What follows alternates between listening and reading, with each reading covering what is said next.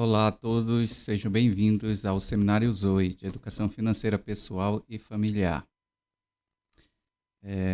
Na aula de hoje, vamos ver um pouquinho sobre, vamos expandir mais os assuntos que nós vimos, né, na última aula e introduzir um assunto novo. Então, vamos passar aqui a agenda da aula passada, né, só fazer uma breve revisão.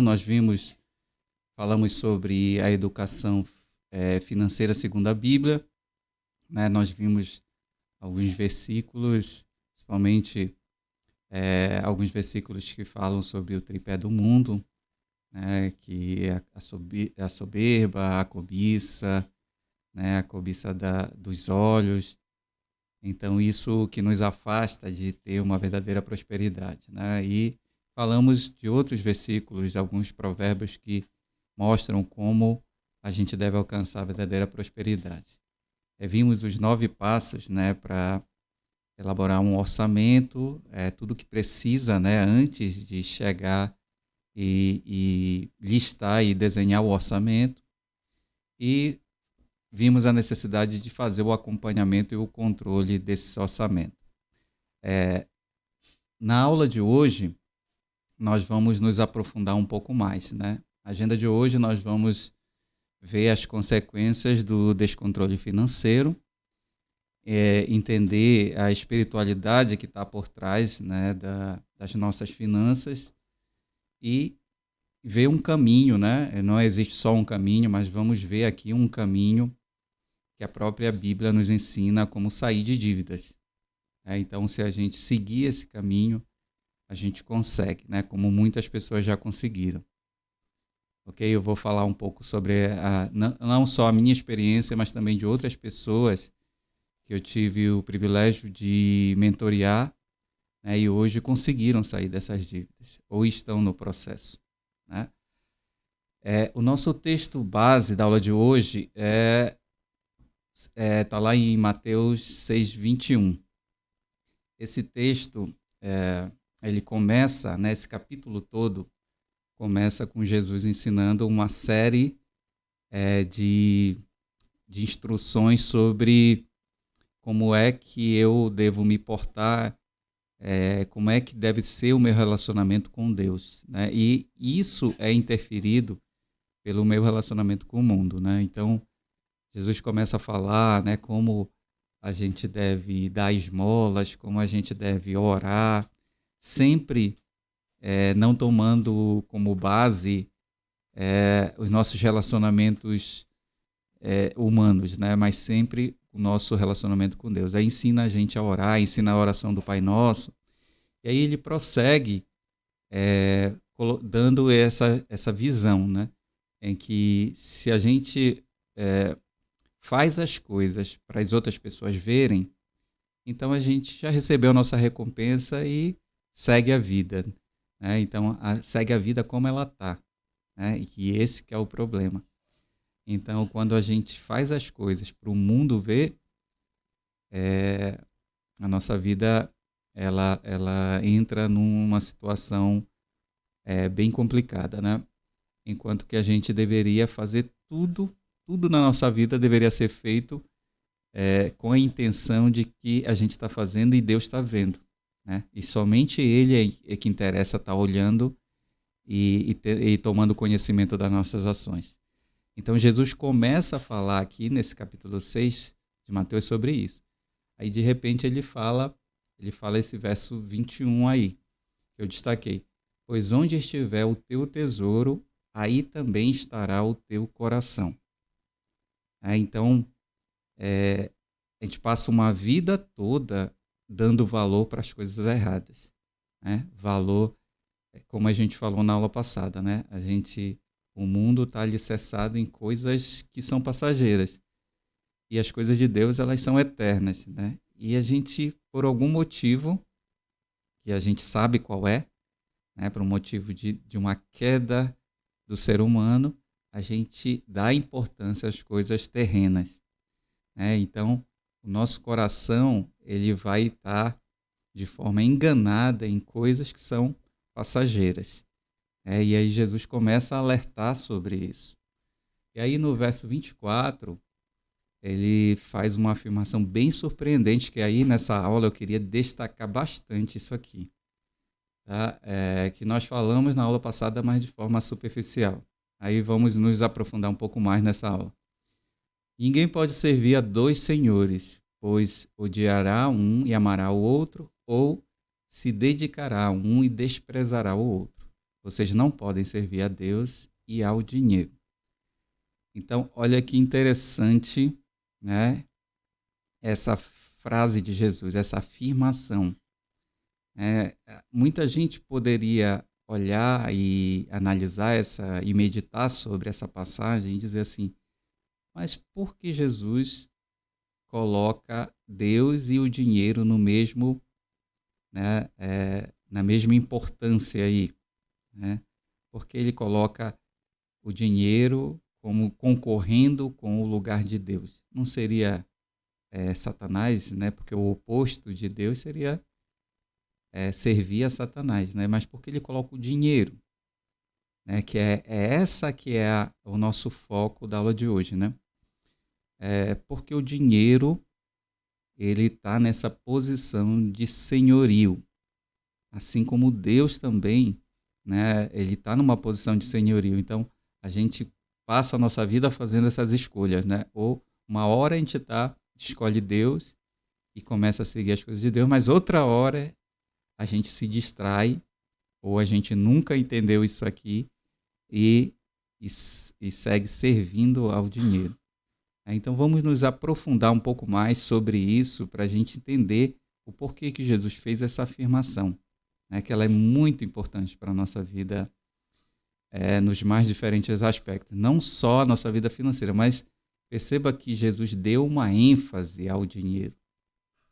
Então algumas traduções aí está também se referindo a uma potestade, né? a um principado também, né? Que tem muito a ver isso aí. Só que nós não vamos entrar muito nesse mérito, tá? Vamos só entender porque Jesus coloca o dinheiro quase no mesmo nível aí de Satanás, né? Como se tivesse, ele trocou Satanás pelo dinheiro aí nessa passagem. Então, vamos entender um pouquinho a nossa relação com o dinheiro. Então, aí que está o segredo desse texto. Então, a gente vai voltar lá um pouquinho em Mateus 15, aliás, avançar um pouquinho, né, em Mateus 15, 19, e refletir um pouco sobre essa passagem. Porque do coração procedem os maus pensamentos, morte, adultério, fornicação, furtos, falsos testemunhos e blasfêmias em geral, né? Então, vejam aqui essa afirmação, né, que a Bíblia nos dá. De onde procedem todos os males que estão ocultos dentro da gente? Estão escondidos ou já estão aparecendo dentro da gente, procedem do nosso coração. Só que a gente sabe aí o que é que significa o coração, né? O coração é um órgão do nosso interior, né? Que nos traz vida, né? A gente vai entender em outros versículos também da Bíblia que o coração, muitas vezes, ele está se referindo à alma, né? Que é uma parte mais interna do ser humano, e algumas outras vezes ao próprio espírito. Mas se a gente analisar, nesse caso aqui, ele está se referindo à nossa alma. Então, se a gente trocar, ficaria assim, porque da nossa alma procedem os maus pensamentos, mortes, adultério, fornicação, furtos, falsos testemunhos e blasfêmias. Então, o que Deus está afirmando aqui? Que do ser humano é que procedem essas coisas, né? Então, vamos segurar isso aí, vamos guardar isso aí, porque a gente vai precisar para um entendimento maior, ok? Deus recebe do seu coração o que está demonstrado na sua fé. Então, tudo que Deus recebe da gente vem do nosso coração, vem do nosso interior. Então, se a gente está com o nosso interior sujo, com o nosso interior apagado, com o nosso interior precisando de ajuda, a gente não tem nada para oferecer para Deus.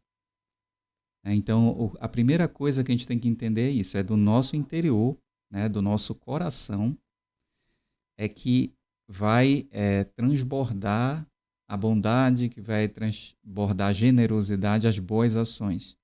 Então, tudo isso vem do nosso interior. E aí, só um minutinho, deixa eu só tirar esse...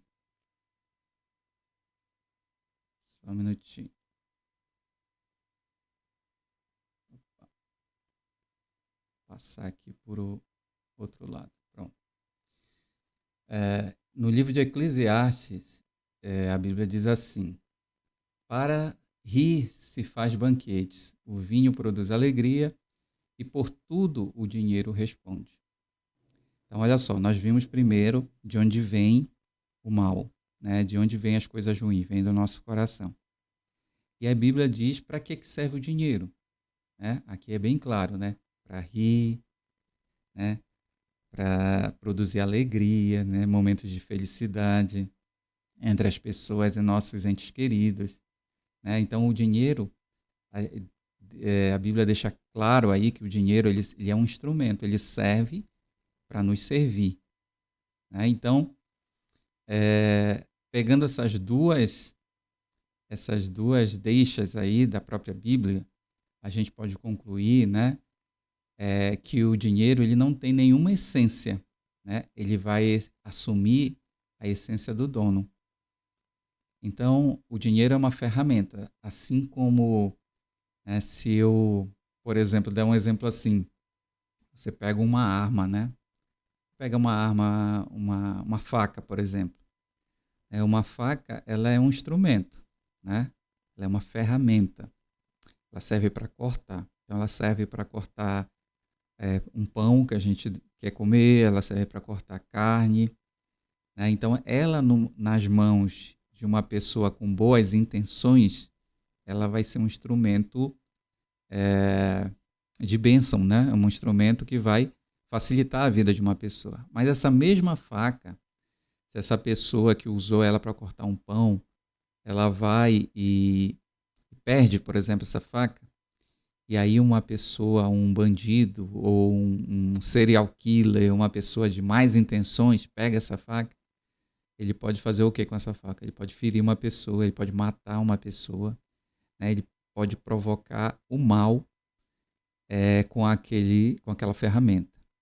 Então, a gente conclui, a gente começa a perceber que, na verdade, o dinheiro é exatamente essa faca, é como essa faca, como essa metáfora da faca, né? Então, se você entende que o dinheiro é só uma ferramenta e que ele serve para nos servir, ele nunca vai assumir uma posição de dono, de senhor da nossa vida. Então, aí a gente começa, voltando lá no texto de Mateus 21, quando Jesus compara o senhorio de Deus com o senhorio do dinheiro, ele está se referindo a isso. Que ele usou a palavra dinheiro, ou ele quis fazer referência ao dinheiro, né, aos bens, a riqueza do mundo, porque a riqueza, para a gente entender que a riqueza é um instrumento, mas se a gente não usar ela de forma correta, ela se torna um senhor muito mau, né, e severo na nossa vida. Então a gente consegue entender com isso essa importância, né, que o dinheiro tem. Então, seguindo aqui, quando o dinheiro está a serviço do amor, tudo se resolve. Essa frase eu ouvi, não lembro onde, em alguma pregação talvez, mas ela faz muito sentido, né? Quando o dinheiro está a serviço do amor, quando a gente entende mesmo que o dinheiro ele é um instrumento que pode ajudar muitas pessoas, ele é como aquela faca na mão de uma pessoa que quer fazer o bem, né? Que quer abençoar outras pessoas. Então, ela consegue usar aquele instrumento em prol dos outros, né? Então, tudo se resolve se eu entender a importância do dinheiro. E aí essa outra frase também fala sobre isso. A prosperidade não é determinada por quanto você ganha, mas por quanto você gasta. Quer dizer, uma pessoa próspera é aquela pessoa que realmente ela vai transbordar bênçãos na vida dos outros. Ela vai ser... ela entendeu para que serve o dinheiro, e uma das palavras que vai estar sempre no coração e na mente dela vai ser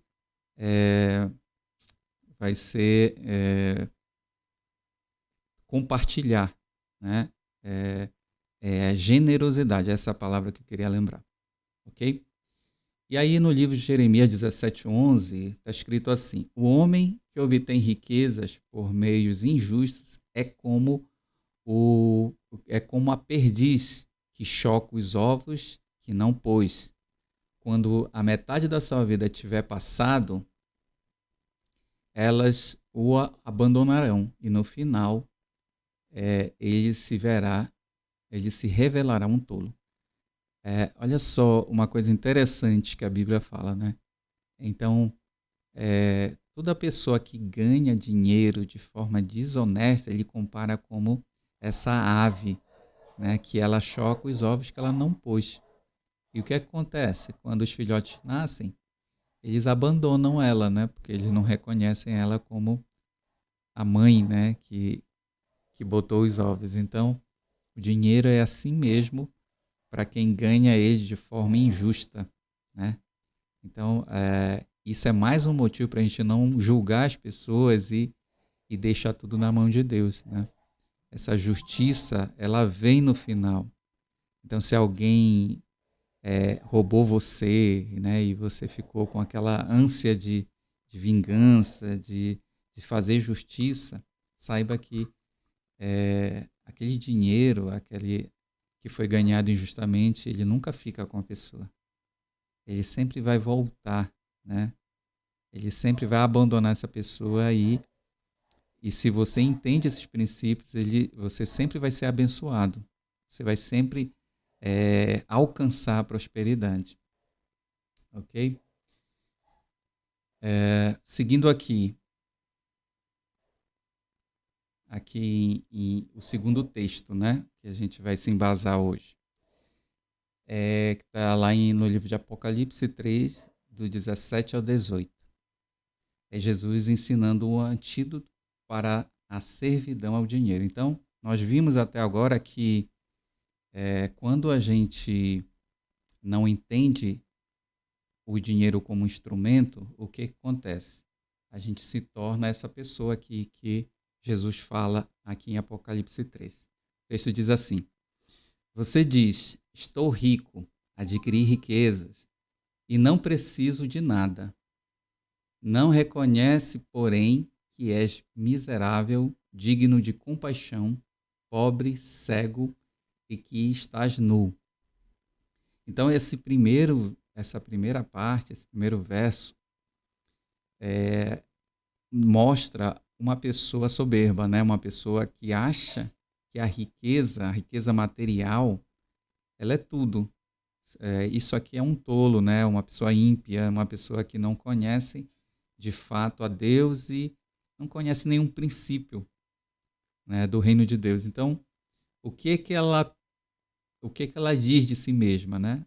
A gente vê aí a soberba na fala da pessoa, né? Ela diz: adquiri riqueza, eu não preciso mais de nada. Ela colocou o dinheiro acima de tudo. Então, muitas pessoas pensam assim, né? E por isso que fazem o que fazem, né? Passam por cima de outras, querem comprar todo mundo, acham que pode comprar tudo com dinheiro.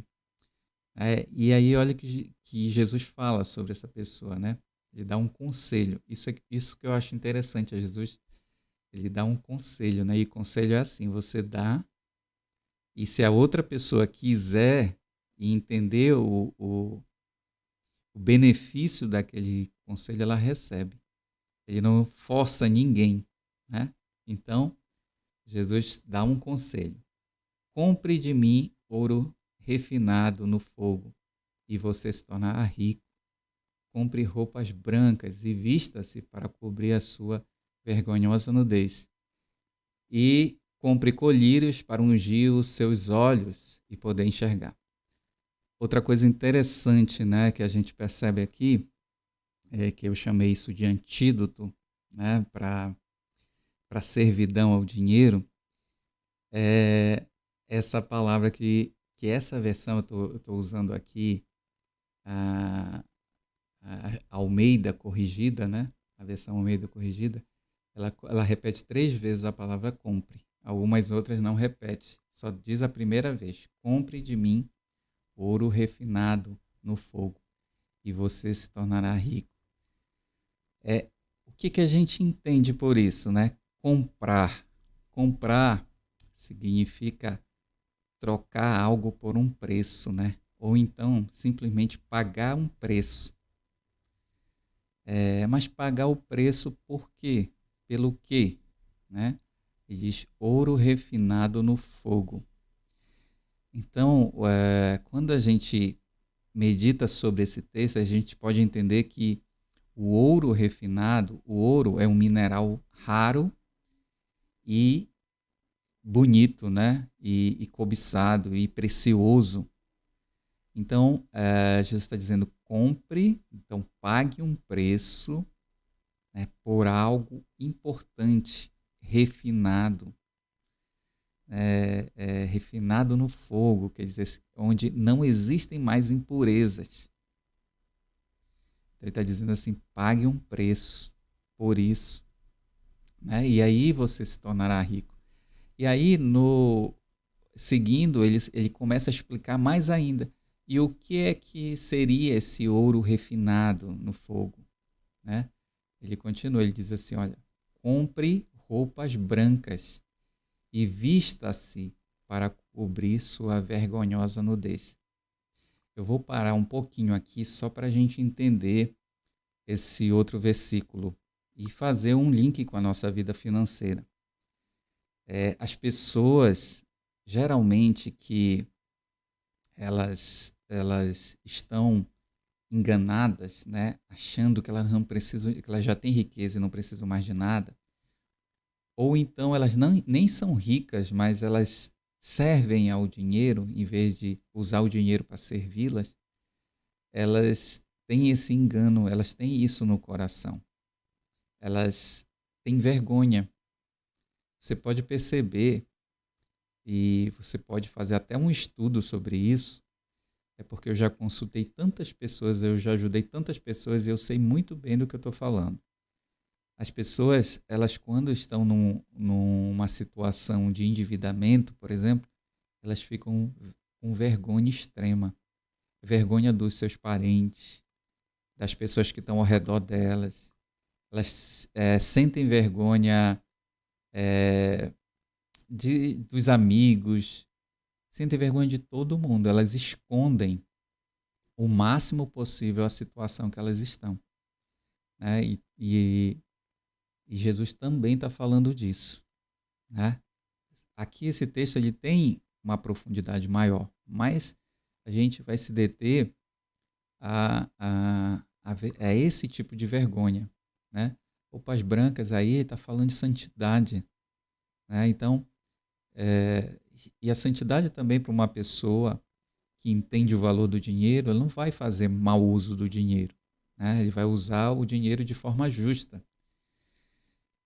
Então, se a gente focar na nossa área financeira, Jesus está dizendo isso, né? Que a gente precisa pagar um preço também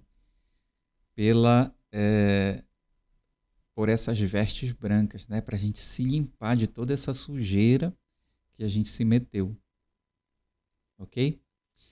E essa vergonha e nudez, porque quando a gente está endividado, a gente está totalmente nu mesmo, a gente está à mercê de quem nos emprestou dinheiro, de quem a gente contraiu dívida. Isso é muito ruim, a gente se torna escravo dessa pessoa, a gente vai ver mais à frente sobre isso, né? E aí ele continua, ó, e compre colírio para ungir os seus olhos e poder enxergar. Então a gente percebe que o ouro refinado ao qual Jesus se refere tem a ver com santidade perdida, com cegueira espiritual, né?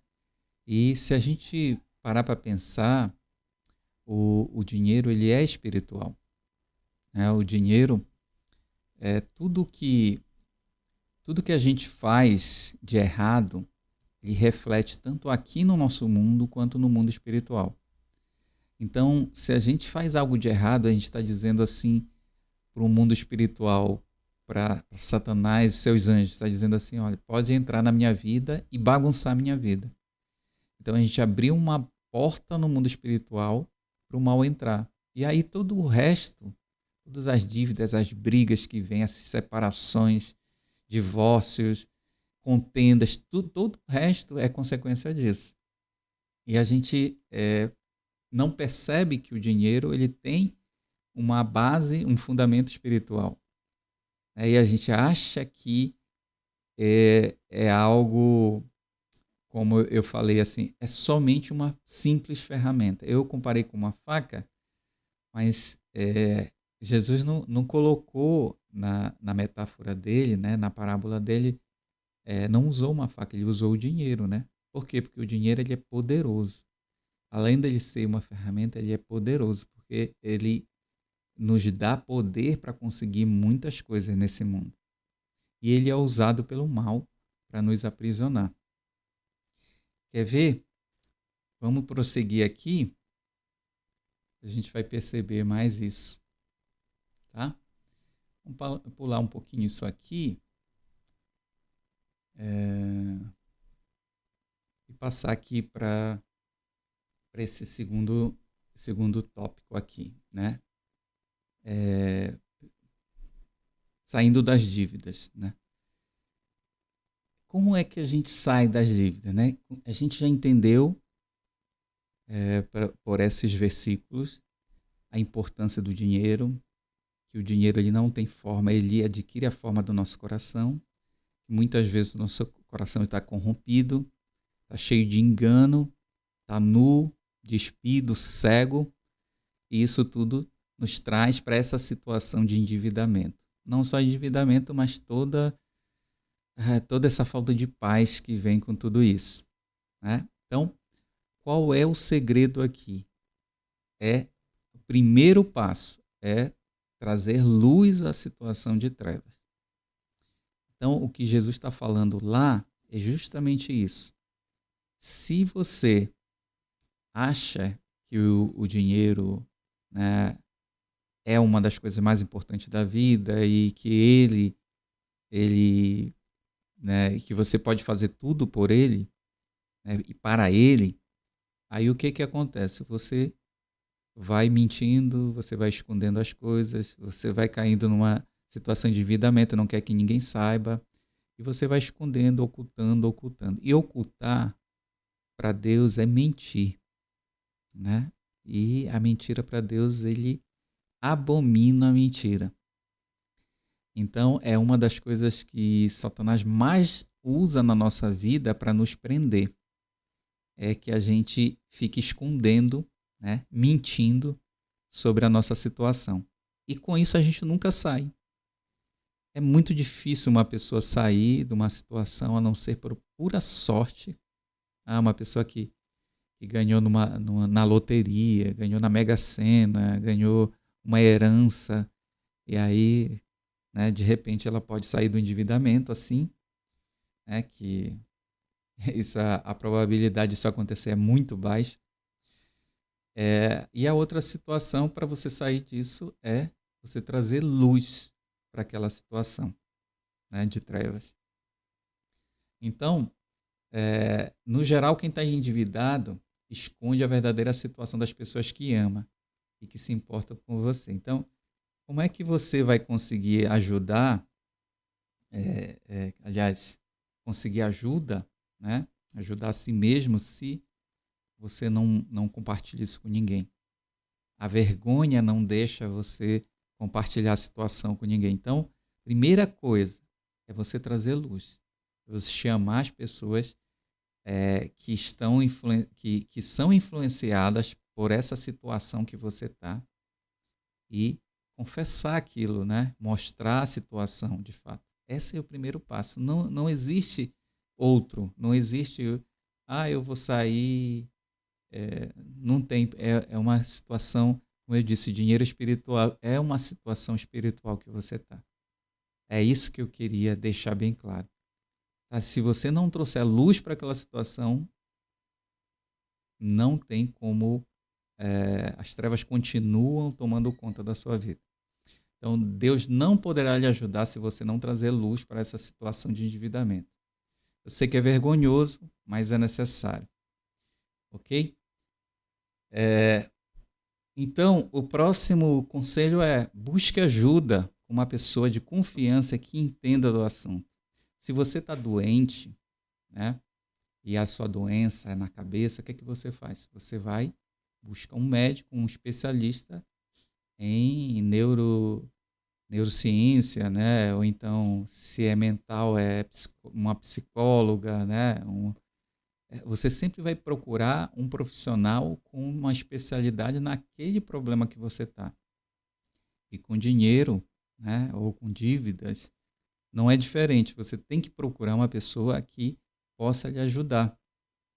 Né? Um profissional ou uma pessoa que vai lhe dar bons conselhos. Não precisa nem ser alguém que você precisa pagar. Você pode buscar na sua própria família. Sempre tem aquele que consegue administrar bem o dinheiro, né? Então, por quê? Porque ele já entendeu esses princípios. E aí essa pessoa poderá lhe ajudar. Não pense que você pode sair de tudo. Deixe seu orgulho de lado, né? E peça ajuda. Esse que é o conselho. Outra coisa. Deixa eu só mover aqui de novo. Você deverá listar todas as dívidas. Cartão de crédito, empréstimos com agiotas, empréstimos com familiares. Opa, só um minutinho, tem um gatinho aqui me atrapalhando. Você deve listar todas as suas dívidas. Esse é o primeiro passo. Né? Se você não enxergar qual é o tamanho desse buraco onde você se meteu, você não consegue traçar um plano, fazer nada. Então, a primeira ação é buscar ajuda, né? É confessar, aliás, as dívidas, depois buscar ajuda e depois listar todas essas dívidas. Então, a gente fica com tanta vergonha disso, eu falo por experiência própria, que a gente não quer nem saber das dívidas. A gente só sabe que a gente está ferrado, que a gente está afundado nesse montoeiro de dívida e a gente não sabe como agir. Então, você vai listando as suas dívidas. Faça isso, mesmo que doa, mesmo que cada vez que você liste uma coisa, você bata com a testa na parede, né, e diga para você mesmo como foi que eu me meti nisso, como foi que eu fiz cada vez mais. É muito importante que você liste cada dívida que você tem, sem esquecer de nenhuma. Até porque para você trazer luz, você vai precisar fazer isso. Ok? Às vezes tem coisas que você nem lembra. Se tornou tão automático você fazer empréstimos, principalmente com agiotas, né? Pessoas que vão querer sugar de você, que vão querer usar a sua fragilidade nessa área financeira para extorquir dinheiro de você, principalmente com eles. Às vezes você vai pedindo no automático e você nem lembra mais disso. Então, e já que eu falei nisso, eu vou abrir um parêntese grande. Tá? Como eu disse, o dinheiro é espiritual. Então, se você não se livrar dessas dívidas, principalmente essas com agiotas, você está está abrindo uma brecha para Satanás muito grande na sua vida. Ok? Então, não esqueça nunca disso. Se você está nessa situação, as primeiras dívidas que você deve sanar são essas, com agiotas. Agiotas são pessoas que são influenciadas pelo mal. Né? Eles cobram juros absurdos. Por quê? Porque o senhor deles é o dinheiro. Então, eles fazem de tudo por dinheiro. Então, eles já estão nessa ciranda que você quer sair. E as primeiras dívidas que você tem que sanar são essas, com agiotas que vão lhe cobrar. São pessoas que não têm escrúpulos, que podem fazer e vão lhe cobrar com certeza juros altos. E os juros são tão altos que eles são praticados acima do mercado. Ok? Então, é uma das piores dívidas que a gente pode contrair. São as primeiras que a gente deve se livrar. Seguindo aqui. Negociação. Né? Depois que você já listou todas as suas dívidas, o próximo passo é negociá-las. E aí você simples vai fazer dessa forma. Né? Você já listou todas as dívidas, você vai traçar um plano, né? E você vai começar a negociar. Sabe por quê? Você nunca deve pensar assim, minhas dívidas são muito altas, muito além do que eu consigo pagar. Tá? Porque realmente você pode estar numa situação onde suas dívidas sejam muito altas, mas nada como uma boa negociação. Você sempre vai se surpreender com o quanto as pessoas podem negociar com você. Né? A negociação ela pode vir de várias maneiras, né? E com várias outras pessoas, dependendo da sua dívida. Eu vou dar um exemplo de uma negociação com um banco que eu fiz na época que eu estava endividado. Né? Quando eu passei por essa situação de endividamento, e eu apostei todas as minhas fichas e coloquei tudo na mão de Deus. Eu sabia que eu não tinha condições, eu não tinha conhecimento na época, eu não tinha condições psicológicas, eu não tinha nada que eu pudesse sair daquela dívida. Então, o que eu fiz? Eu coloquei, a primeira coisa foi colocar na mão de Deus. Deus, pedi desculpa, né? E confiei totalmente nele. E aí, lógico, o passo seguinte foi começar a negociar minhas dívidas. E aí eu estou colocando aqui para vocês que uma das negociações foi essa. Eu estava aí com essa dívida, né, numa instituição bancária de 38 mil. Né? E aí eu não conseguia pagar de forma nenhuma. E a dívida estava crescendo. Né? E aí o que foi que eu fiz? E aí eu decidi ligar para o banco. Né? Eu não tinha como pagar toda essa dívida, eu tinha juntado um dinheiro, mas eu não tinha como pagar essa dívida. O que foi que eu fiz? Eu negociei. E aí, para minha surpresa, o gerente do banco baixou desse valor para 15.400. E mesmo assim eu só tinha 15 mil. E aí eu usei esse valor que tinha no banco e quitei uma das minhas dívidas. Né, que foi, ele aceitou, né, a proposta que eu fiz de 15 mil. Se eu tivesse, eu acredito, 10 mil, ele tinha aceitado. Então eu me livrei de uma dívida que já estava quase 40 mil com 15 mil. E se eu tivesse só 10 mil, eu tenho certeza que ele teria aceitado também. Por quê? Porque já estava há muito tempo essa dívida. Né? Já tinha passado assim quase um ano, né? Ou mais de um ano. Eu coloquei 8 meses aí, mas eu nem lembro direito. Então, já tinha caído para um fundo de dívida que o banco tem. Então, tudo que ele recuperasse desse valor já era negócio para ele. Tá? E, às vezes, uma instituição bancária ela vai agir dessa forma. Né? Por isso que eu digo que a gente tem que ter coragem e negociar. Ok? O máximo que a gente pode ouvir é um não. Né? Então, aí a gente vai passar para um outro tipo de plano. tá? Mas a negociação, ela é importantíssima. E aí eu posso ter também a surpresa da pessoa dizer assim, ó, eu negocio com você, vai reduzir o montante, né, do que você deve e vai parcelar, né? E assim você pode também ter condições de pagar aquela dívida, ok? É, e outra coisa que é muito importante é saber e ter a certeza que Deus cuida da gente, né? Então, se a gente entende que a nossa vida ela está entregue a Deus, quer dizer, Deus é o Senhor da nossa vida, não é mais o dinheiro, a gente virou essa chave, então agora Ele vai nos ajudar a sair disso. E olha, eu falo com tanta propriedade disso, não só por conta das experiências que eu passei, mas por outras pessoas também que resolveram fazer isso na sua vida, né? De virar essa chave, de não querer mais ser dependente do dinheiro, das dívidas, né? Aí trouxeram luz para aquela situação e a coisa vai se revertendo, você vai vivendo um milagre em cada dia, ok? É, aí a gente pode ver, né, um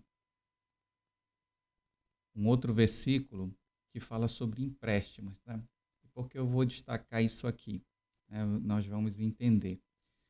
Se fizerem empréstimos a alguém do meu povo, a alguém do meu povo, a algum necessitado que viva entre vocês, não cobrem juros dele, não emprestem visando o lucro.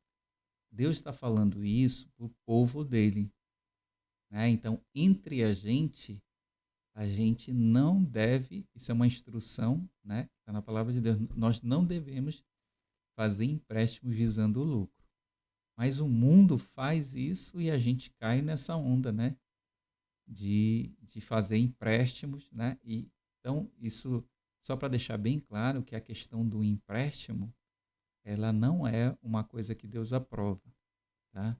Deus não quer que vocês andem devendo a alguém, tá? Principalmente dinheiro, que isso é tão prejudicial como nós vimos. E aí olha como ele ensina: a teu irmão não emprestarás com juros, nem dinheiro, nem comida, nem qualquer outra coisa que se empreste com juros. Então é só para reforçar o versículo de cima, né? E aí, o que acontece, né? Deixa eu mudar aqui de novo para ficar... Opa, só um minutinho.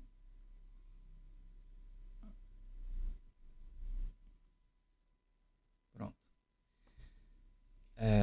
O rico domina sobre o pobre. Quem toma emprestado é escravo de quem empresta. Então, vocês lembram quando eu comentei isso lá no início, né? Que quando a gente contrai dívidas, né, a gente acaba se tornando escravo. Está aí a Bíblia confirmando exatamente e nos orientando sobre isso. E por que Deus nos ensina a não emprestar, né? A não emprestar com a intenção de lucro? É isso que a Bíblia nos ensina. Você pode emprestar sim, emprestar e dar, né? Que é isso que o outro versículo fala aqui em Salmos, né? O ímpio toma emprestado e não paga, mas o justo se compadece e dá. Tá? Então, a principal mensagem aqui sobre empréstimo é essa, é que Deus nos incentiva a não emprestar, né? A não emprestar, principalmente com essa intenção de ganhar em cima do que a gente está fazendo, né? Porque emprestar é um ato de generosidade, ok? E se o teu irmão não tiver como te pagar, você deve dar, né? Você deve se compadecer dele. É isso que a palavra ainda nos ensina. E quando a gente empresta, né? Um pobre empresta de um rico, né? Esse pobre ele se tornou escravo de quem ele emprestou. É que isso é muito forte, né? Porque a gente...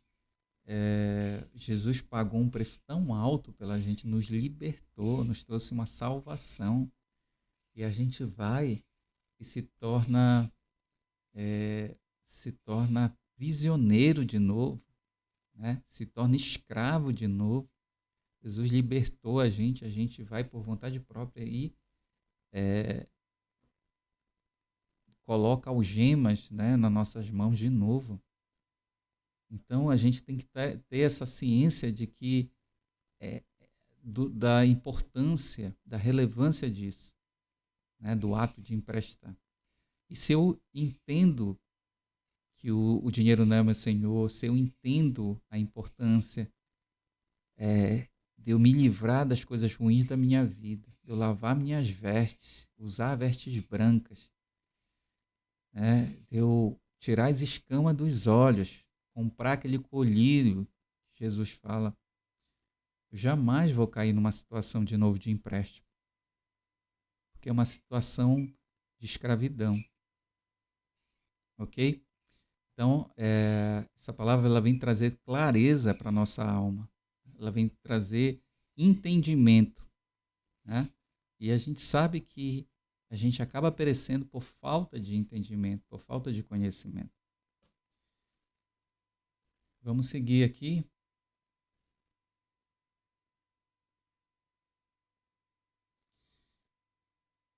Aqui eu vou falar só rapidamente, que a gente já está concluindo a aula de hoje, sobre como gerenciar o seu tempo no foco do que é essencial.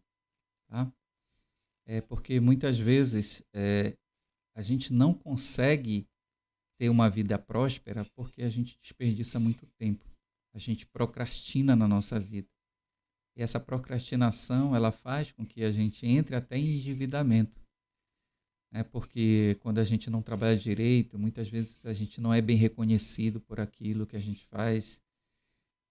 A gente acha que a gente não tem tempo para fazer as coisas, a gente não consegue ter uma renda a mais, porque a gente só vive dizendo que a gente não tem tempo, mas na verdade a gente não sabe gerenciar direito o tempo que Deus nos dá. Ok? E lá na primeira carta de Pedro, né, no capítulo 1, verso 18, Pedro diz assim, vocês foram redimidos da sua maneira vazia de viver. Ok? Então, a nossa vida hoje aqui nesse mundo, ela é tão importante, ela tem um foco nas coisas eternas, elas deveriam ter, pelo menos, um foco nas coisas eternas. Então, quando a gente desperdiça tempo, seja assistindo muita televisão, desperdiçando o mesmo tempo em coisas fúteis que não agregam nada para a nossa vida, isso é um mal, isso é um engano tão grande que a gente comete. E hoje a coisa mais fácil de ver é isso, né? As pessoas enganadas em muitas áreas da vida, desperdiçando seu tempo, quando que Deus tem planos e projetos maravilhosos para a vida de cada um.